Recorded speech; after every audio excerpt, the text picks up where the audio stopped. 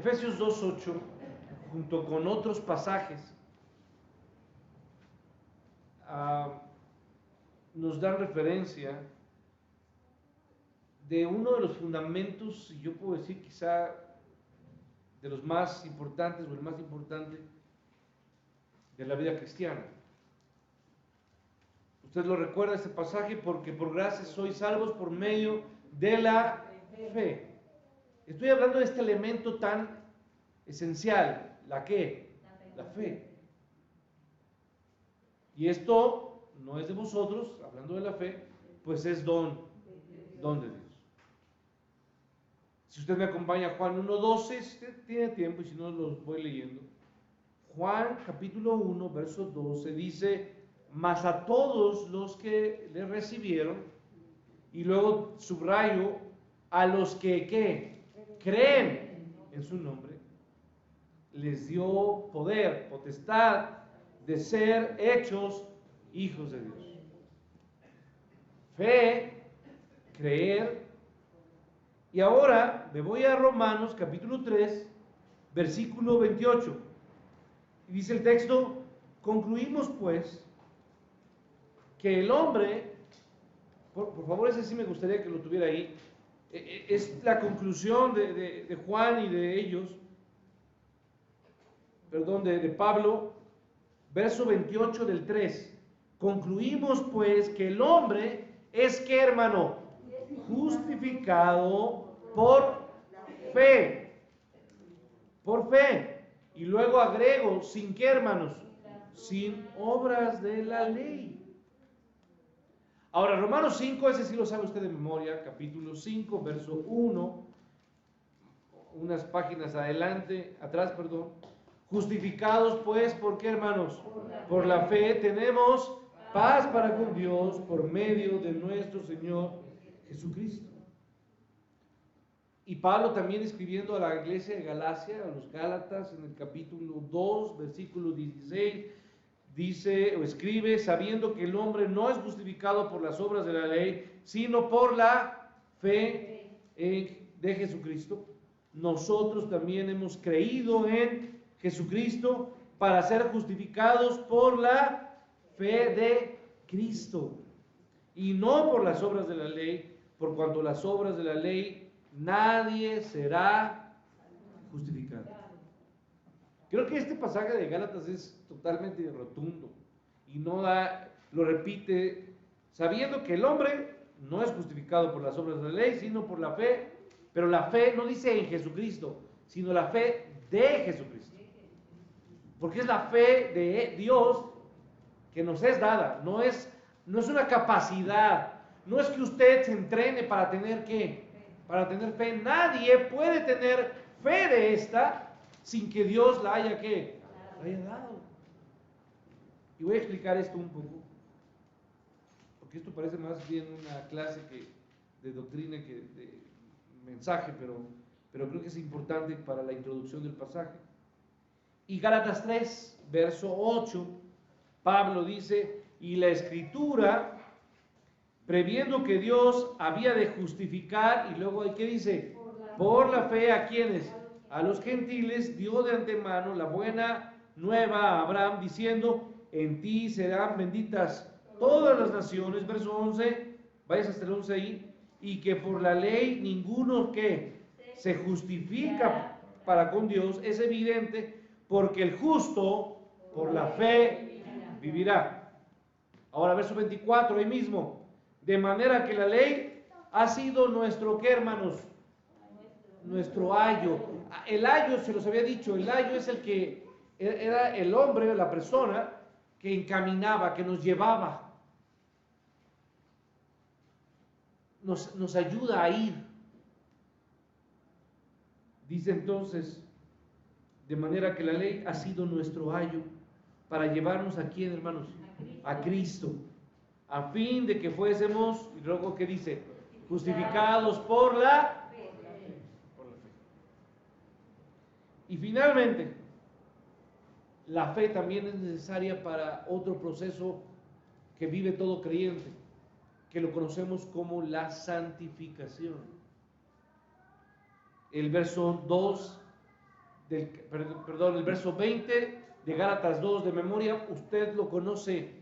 Con Cristo estoy juntamente crucificado y ya no vivo yo, mas vive Cristo en mí, y lo que ahora vivo en la carne, lo vivo ¿en quién? En la fe del Hijo de Dios, el cual me amó y se entregó a sí mismo por mí. Gálatas 2:20.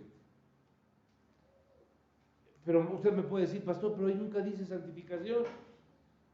Hermano, lo que vivo, dice, ahora ya no vivo yo, mas vive ¿qué? Cristo en mí. La santificación no es otra cosa sino la presencia de Dios actuando en mi vida. Y Él es un Dios santo y por lo tanto Él hace un proceso en mi vida donde yo evito tocar, pisar donde no debo pisar. Porque ahora, hermano, antes Moisés no se podía acercar a la zarza, porque el lugar que pisaba era ¿qué? Santo. Pero ahora, hermanos, nosotros en Cristo hemos sido justificados y por lo tanto hemos sido cambiados de posición. Ya no vivimos ahora, estamos en este mundo, pero no somos de este mundo. Vivíamos en pecado, mas hemos sido llevados de las tinieblas a su luz, que hermanos, admirable. Hemos sido trasladados del mundo de las tinieblas al reino de su amado Hijo.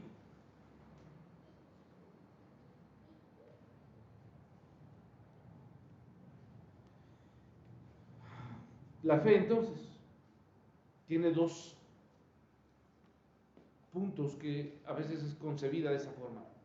Objetiva, que usted debe entenderlo en términos de significado. Una fe objetiva es la que se expresa cuando usted confiesa, hace esa confesión tan importante que nosotros conocemos como la confesión de ¿qué, hermanos? De fe. Usted confiesa que Jesús es ¿qué, hermanos? Es Dios, es el Hijo de Dios, y que en Él, y solamente en Él, hay ¿qué, hermanos? Salvación. Que si confesares que Jesús es el Señor y que Él le levantó de los muertos, serás ¿qué, hermanos? Salvo. Esa es la confesión de ¿qué? De salvación, pero es una confesión de fe, donde la persona pone su fe ¿en quién, hermanos? En Cristo. Esa confesión es objetiva, es hecha realidad cuando el alma es derramada y abandona toda su fuerza en las cosas de este mundo y ahora deposita toda su confianza ¿en quién? En Cristo. No confío en nada de esto, porque todo esto se vence, se destruye, se acaba. Y entonces nuestra fe es puesta en la roca eterna, que es Jesús. Esa es la fe objetiva. Pero esa fe objetiva se ve materializada, escuche bien, quizás estoy hablando de forma muy rara, pero quiero que lo entiendan. Materializada es hecha realidad en una vida obediente a Cristo. No hay fe, diría una, sin obras. Pero usted acaba de decir que la salvación es solamente por fe y no por ¿qué? No por obras. Pero no existe una fe sin obras. ¿Queda claro? La fe implica y me avienta forzosamente a obedecer a mi Señor. La fe es confesar que Él es mi Dios, Él es mi Señor y Él es mi Salvador. Y al hacerlo mi Señor, entonces yo no hago otra cosa sino lo que mi Señor que quiere, dice y quiere. Entonces esto resulta en separarme progresivamente del pecado. Y es lo que nosotros llamamos santificación. Ahora, ¿la santificación termina? Los candidatos al bautismo, ¿acaba la santificación? Sí. ¿Termina cuándo, hermanos? Cuando ya ahora el proceso es, hermanos, fui justificado, comienza mi proceso de santificación. ¿Y en qué momento termina? Cuando yo estoy ¿dónde? Con Cristo, porque soy glorificado. Ahora vivimos por una fe que es, no por qué, hermanos, pero en algún momento ya no voy a necesitar esa fe. Porque fe es creer lo que Dios es. Pero se acabará eso cuando yo, con mis ojos y mi cuerpo glorificado, vea a quién, hermanos, a Cristo. No un momento, no unos minutos como fue en la transfiguración. Lo veré ¿cuánto tiempo, hermanos? Eternamente. Y entonces mi fe será una fe por vista, porque estoy frente a la presencia y la gloria y la majestad de Dios. ¿Entiendes eso? Ahora mi fe no es por vista, porque solamente espero lo que no puedo ver. ¿Me explico? Pero cuando esté con Él, le veré cara a cara. Cara a cara espero verle. Hermanos, entonces, este es el aspecto objetivo. La fe será reemplazada por la vista. ¿Esto sí quedó claro? Hoy la fe no es por vista. Vivo por fe. El justo es salvo por fe. Pero cuando yo esté con Él, la fe no se necesitará porque yo ya podré, ¿qué, hermanos? Verlo, tocarlo, postrarme con Él. Pero ahora, hoy tengo que hablar de la fe subjetiva. ¿Cuál es esa fe subjetiva? Bueno, la fe subjetiva, hermanos, hoy es lo que se ha convertido, tristemente, han hecho de la fe objetiva, de esto que hablé, de derramarme, de poner mi fe real, de vivir creyendo que Dios es real.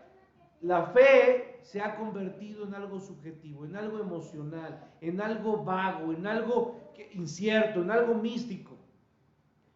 Y esa fe no sirve. Necesitamos fe objetiva y no fe subjetiva. Lo subjetivo es algo que yo supongo, algo que simplemente como que siento. Y la fe, hermanos, no es sentir algo bonito, no. Es que sentí algo. No, hermanos. La fe en Cristo es real. Me da fortaleza. Me da alegría para vivir en medio de todas las cosas que tengo que enfrentar. Entonces, hermanos, muchos piensan que la fe es un salto al vacío, injustificado, irracional. Y yo tengo que corregir ese error tan grave que hoy, hermanos, nosotros no somos locos o desquiciados. Dios no nos dice, aviéntate así del precipicio, no. ¿Acaso no Satanás tentó a Jesús y le dijo, lo subió a un punto más alto y le dijo, aviéntate, porque la palabra ha dicho está que los ángeles vendrán ¿Y lo hizo el Señor Jesús? No lo hizo. Porque la fe no es algo irracional en ese punto. Nosotros no creemos en una deidad mística, no. Nuestra fe está puesta en un Dios verdadero, creador del cielo y de la tierra. Entonces, la fe no es una experiencia mística. La fe, de forma clara, bíblica, nos hace ver la palabra de Dios, se puede definir como creer en quién es Dios. De forma muy breve. La fe es creer en quién es Dios. Y en lo que Él ha dicho, en lo que Él se ha revelado o nos ha mostrado, porque no es algo, una voz que venga, Dios no es una voz que venga del más allá, de una pared o de una imagen que me dio forma, no. La revelación de Dios está hecha ¿en dónde, hermanos? En la palabra de Dios. Y la Biblia nos dice que Dios es real. Y por eso se han escrito muchos cantos, muchos himnos, donde dice que mi Dios es que, hermanos, es real.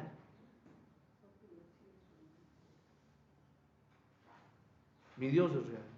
La fe me da certeza de su existencia, de su amor, de su misericordia. de su cuidado constante para mí y para los suyos. Entonces, creer la revelación de Dios, cuando digo creer la revelación de Dios, estoy hablando de qué, hermanos, de la Biblia. Creer en la Biblia, que es la revelación de Dios, siempre es razonable porque es la verdad divinamente inspirada. La gente se burla y dice, ¿cómo puedes creer en Dios? ¿Cómo puedes creer en un qué? En un libro que te habla de Dios. Eso déjalo para los torpes, para los insensatos, para los locos. Pero no es irracional creer en Dios, porque la revelación de Dios para nosotros es algo real. Hebreos 11, que usted lo conoce, es el pasaje, el capítulo de la Biblia que más nos habla acerca de, ¿qué, hermanos? De la fe. Hay un estudio extenso en todo el capítulo sobre la fe. De hecho, en ese pasaje, solamente en ese capítulo, la palabra fe se repite 25 veces en Hebreos 11. Y aquí en este capítulo se nos dan ejemplos de hombres, de mujeres piadosos, grandes hombres del Antiguo Testamento, que obviamente de ellos y de sus vidas surgen verdades claras. Lo primero que nos dice el autor de Hebreos en el capítulo 11, versículo 1, nos dice que la fe es la certeza de lo que se espera, la convicción de lo que no se ve. Certeza de algo que se espera. Y ahora, hermanos, yo lo quiero trasladar con nosotros. Fe, hermanos, es cuando las promesas de Dios hechas aquí son trasladadas a mi vida diaria, a mi hoy. ¿Sí me explico? Lo hago real en mi vida práctica. Esto que está prometido aquí, lo traigo, y ese traer es fe. ¿Me explico? Cuando yo traigo esas promesas y las hago mías, las traigo a mi vida, creo en eso, eso es fe.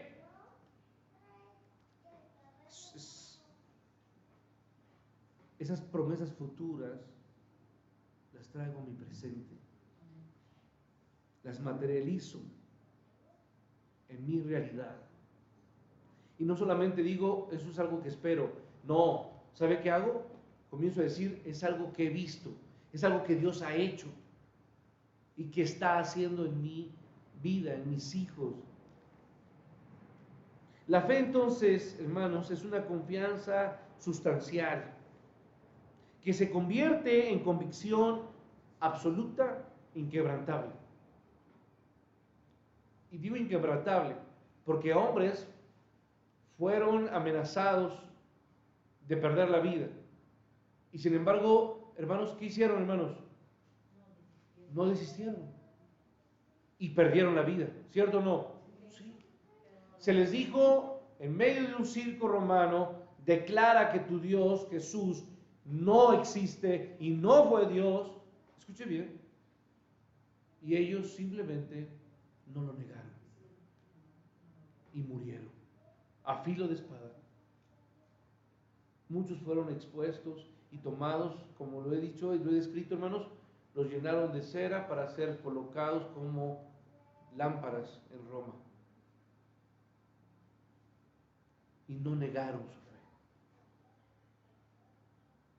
Entonces la fe bíblica no es la fe natural o humana que conocemos. De ser así, hermanos, todo mundo tiene fe.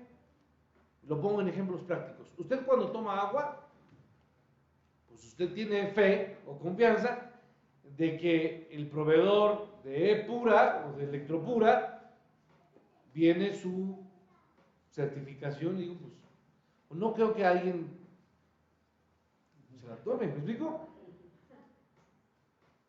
Y cuando come, pues confía que el alimento esté bueno, no esté echado a perder, o que el mesero de repente pues le haya echado algo no apropiado para sus alimentos. ¿Sí o no, hermanos? Es una confianza en...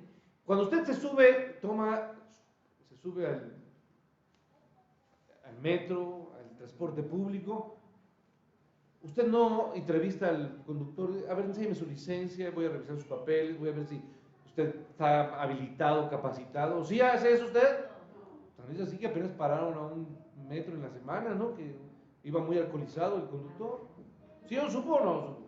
Que usted no usa vías públicas, pero bueno. Eso sucede. No se sube del microbús, le dice, le ve la cara y le ve... Pues yo creo que este sí maneja bien. ¿No? Imagínense la gente que vuela en un avión, no le hace un examen al piloto y le, a ver, hágame un 4, a ver si no viene usted tomado. Todo eso es confianza, ¿o no, hermanos? ¿Es confianza? No, bueno, no, estoy hablando de la gente, hermano. Pues la gente confía. Ahora sí que diría Dios nos agarra confesados y nos vamos, ¿no? Porque eso es la gente. La gente confía. Pero esa fe no es de la que estoy hablando. No. Esa confianza o esa fe es humana, es natural, ¿sí? Entonces, imagínate la gente que toma medicamento, pues confía en que el médico le dio la... ¿Y cuánta gente no se ha enfermado porque se tomó un medicamento, qué, hermanos? Equivocado. O se intoxicó. Mariscos. ¿No? La fe bíblica confía, porque voy a decirlo, todo esto que yo dije, hermanos, es de una experiencia humana. Si yo voy a un lugar donde como y me enfermo, ¿usted regresa? ¿No es tonto? ¿Me explico? Si usted va y se sube con el microbús y ese microbús ese día chocó, dígame si usted se va a volver a subir con ese muchacho que manejó. No es tonto. Dice, no, prefiero llegar tardecito. Me voy el otro. Experiencia humana. ¿Me explico? Pero la fe bíblica es confiar en lo que no hemos, ¿qué, hermanos? Experimentado. Pero es la confianza en la verdad de las promesas de la palabra de Dios. Y fuera de esa fe, hermanos, nos dice el autor de Hebreos 11:6, usted lo sabe de memoria, sin esa fe es imposible que, hermanos, agradar a Dios. Es algo que no hemos visto, no hemos experimentado. ¿O usted ha experimentado el reino como lo hizo Juan, Jacobo? Ellos vieron el reino, estuvieron en la transfiguración, pero usted y yo no. Ellos estuvieron con Elías y ¿con quién? Con Moisés. Entonces, aquí hay tres palabras. Cuando hablamos de fe, quiero abarcar, hay tres palabras en latín que se han ocupado para describir los elementos de la fe que salva. Primera palabra, en latín, usted que tomó clases de latín en la preparatoria. Primera palabra, natitia. Natitia significa el conocimiento, o notitia, mejor, perdón, notitia. Es el elemento de la fe, el elemento intelectual. Es el reconocer o el reconocimiento positivo de la verdad. Veo que la palabra es verdad. Y de esa manera el hombre acepta como verdadero todo lo que Dios dice en ¿dónde? En su palabra. Ese es el aspecto, repito, intelectual de la fe. Nosotros creemos en que la palabra de Dios es, ¿qué, hermanos? Verdad. Y es la palabra de Dios. Aspecto intelectual, notitia. La segunda palabra, ascensus, latín también, asentimiento. ¿A qué se refiere eso? Es el elemento emocional. Uno de los grandes teólogos del siglo pasado, Luis, que por cierto mi hermano Isaac, que es el que ocupó para clases, Luis Berkhoff, teología sistemática, en 1835 nace, muere en 1900 y fracción. Luis Berkhoff escribe: cuando se acepta a Cristo por fe, se obtiene una profunda convicción de la verdad y de la realidad del objeto de fe, sintiendo que se ha suplido una importante necesidad en esta vida y siendo consciente de un interés absorbente en ello, y esto es el asentimiento.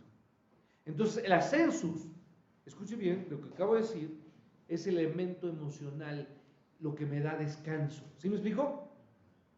Me da tranquilidad, porque confío. ¿Me explico?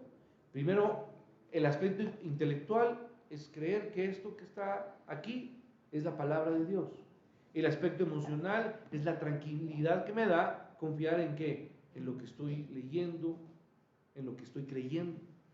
Y la tercera palabra es fiducia, latín, fiducia, es el elemento volitivo. Cuando digo volitivo, estoy hablando de actos de voluntad. Entonces, la fe salvadora no solamente es un asunto intelectual, de conocer, de entender, no solamente es la combinación de lo que entiendo y de lo que siento, aspecto emocional, ¿sí?, sino que es también un asunto de voluntad que determina la dirección del alma. Este tercer elemento consiste en una confianza personal en Cristo. Y yo entonces veo a Cristo como Señor y como, ¿qué, hermanos? Como Salvador. Y tan es así que incluye del alma, o me hace entender que soy culpable, que merecía yo, ¿qué, hermanos? Muerte eterna. Me entiendo, más bien reconozco que soy culpable, que era un hombre corrupto, corrompido, ¿sí? Y sin embargo, delante de Él, delante de Dios, me siento pecador, me reconozco como pecador, me humillo ante Él, y entonces ahora soy sujeto de su gracia y de su amor infinito. ¿Sí me explico? No lo merecía, me reconozco como eso, pero ahora veo y me convierto en un vaso receptor de su gracia. Por eso dice Pablo, escribe ahí a los Corintios: pero tenemos este tesoro en vasos de, ¿qué, hermanos? De barro. ¿Quién es el barro, hermanos? Nosotros. ¿El barro qué es, qué, hermanos? Es tierra. ¿Me explico? Es nada. Pero en ese vaso de barro ha sido depositada, ¿qué, hermanos? Su gracia. Ese tesoro invaluable. Entonces, incluye la redención del alma, un alma que era culpable, que era corrompida ante Cristo como Señor y Salvador, pero que incluye el rendirme a Él, el someterme a Él, ¿sí? Y entonces eso me hace acercarme a Cristo, porque es la fuente de lo que yo necesitaba. Y el hombre necesitaba perdón y vida. Pero no puedo tener vida sin antes tener, ¿qué, hermanos? Perdón. Ahora, la verdadera fe, entonces, como lo dije hace un momento, se traduce en una vida que obedece a Dios. No podemos creer en Jesús sin hacer lo que Él nos pide, nos manda. Los hombres que están en Hebreos 11, Abel, ¿sí o no?, entregó una ofrenda que fue tomada y recibida por Dios, como no fue recibida la ofrenda de ¿quién? De Caín, Abel. Y luego está Abel, está Enoc, que fue un hombre que creyó en Dios y que no murió, sino que fue llevado a los cielos. Abel, Enoc, Noé, aquel que creyó en algo que nunca había visto, que era, ¿qué, hermanos? La lluvia. Abraham, que se le dijo que iba a ser padre de, ¿qué, hermanos? Cuando tenía 100 años y no había tenido un solo hijo. Isaac, Jacob, José, y todos estos hombres mencionados en Hebreos 11 creyeron en, ¿qué, hermanos? En las promesas de Dios. Y las obedecieron, y muchos de ellos sin haberlas, ¿qué, hermanos? No las vieron. ¿Abraham vio a toda su descendencia? No lo hizo. Entonces le obedecieron, y le obedecieron aunque murieron sin comprender por completo las promesas de Dios. Pero lo obedecieron. Entonces lo que quiero decirle, hermano, y quiero que entendamos todos, es que la fe que salva es la que vence la muerte. Porque es nuestra fe la que hace que usted y yo digamos, mi vida no verá la muerte, sino solamente mis ojos se cerrarán y dormiré hasta que despierte en la gloria de Cristo. Es la fe la que vence la muerte, la que soporta el sufrimiento, porque muchos de estos hombres soportaron sufrimiento físico, emocional, como dirían hoy, psicológico. Pero es sufrimiento, hermano. Ellos soportaron sufrimiento, resistieron, hermanos, muchas tentaciones, porque fueron, ¿qué, hermanos? Tentados. Padecieron martirio y sobrevivieron a la dificultad. Por favor, vamos a terminar. Hebreos 11. Es solamente la introducción, no pude avanzar ni siquiera un versículo. Hebreos 11, por favor. Mire, vea usted, verso 32, voy a leer en adelante. ¿Y qué más digo? Porque el tiempo me faltaría. Estoy hablando yo y está hablando el autor de Hebreos. No me alcanza el tiempo. Contando de Gedeón, de Barak, de Sansón, de Jefté, de David, así como de Samuel y de los profetas, que por fe conquistaron reinos, hicieron justicia, alcanzaron promesas, taparon bocas de ¿qué? De leones, apagaron fuegos impetuosos, evitaron filo de espada, sacaron fuerzas de la debilidad, se hicieron fuertes en batallas, pusieron en fuga ejércitos extranjeros, las mujeres recibieron sus muertos mediante resurrección, mas otros fueron, ¿qué fueron, hermanos? Por favor, lea conmigo, atormentados, no aceptando el rescate a fin de obtener mejor resurrección. Otros experimentaron vituperios y azotes, y a más de esto prisiones y cárceles, fueron apedreados, aserrados, puestos a prueba, muertos a filos de espada, anduvieron de acá para allá, cubiertos de pieles de ovejas y de cabras, pobres, angustiados, maltratados, de los cuales el mundo no era digno, errando por los desiertos, por los montes, por las cuevas y por las cavernas de la tierra. Y todos estos alcanzaron buen testimonio mediante la fe, no recibieron lo prometido. Hermanos, es por medio de la fe que las personas, que usted, que yo, obtenemos salvación y aprobación de Dios. El versículo 39 dice, y todos estos, aunque alcanzaron buen testimonio mediante la fe, no recibieron lo prometido. ¿Sí? Pero sí recibieron la aprobación de quién, hermanos? De Dios. ¿Fueron aprobados por los hombres? No. Los hombres les aplaudieron, les reconocieron, les levantaron estatuas, reconocimientos, les dieron medallas. ¿Sí, hermanos? No. Pero es más importante ser aprobado como obrero de parte de quién, hermanos? De Dios. En este pasaje de Lucas, hermanos, el Señor nos enseña una lección básica acerca de la fe. Porque yo no quisiera que le pasara, póngase de pie, vamos a leer el verso 41 de Lucas, es el único que voy a leer. Porque creo que nos ha pasado, y estas palabras han resonado o resuenan en muchos de nosotros.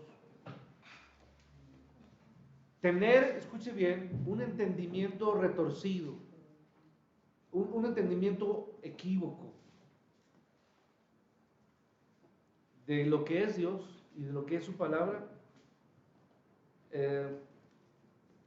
produce un pecado devastador. ¿Conoce este pecado? Lo lee conmigo, verso 41, todos juntos, por favor. Dice la palabra, hermanos. Oh, generación incrédula y perversa, ¿hasta cuándo he de estar con vosotros y os he de soportar? Trae acá a tu hijo. ¿Sabe qué pecado es, verdad? Incredulidad. Generación incrédula. Yo espero que usted y yo no seamos de esos hombres y mujeres incrédulos. Porque esto, hermanos, o se tiene fe o no se tiene. O confías en Dios o dudas de Dios. Y dudar es pecado. Padre, que tu palabra nos llene de tu poder y de la confianza que necesitamos para vivir. Tú eres Dios. Ayúdanos a creer en ti y a confiar en tus promesas cada día. Lo necesitamos, Padre. Necesito creer en ti, Padre. Necesito poner toda mi fe y mi confianza en lo que tú eres, en lo que tu palabra dice. Haz que mi alma te busque desesperadamente y ponga toda su fe en lo que tú eres, en lo que tú dices y en lo que tú prometes. Amén.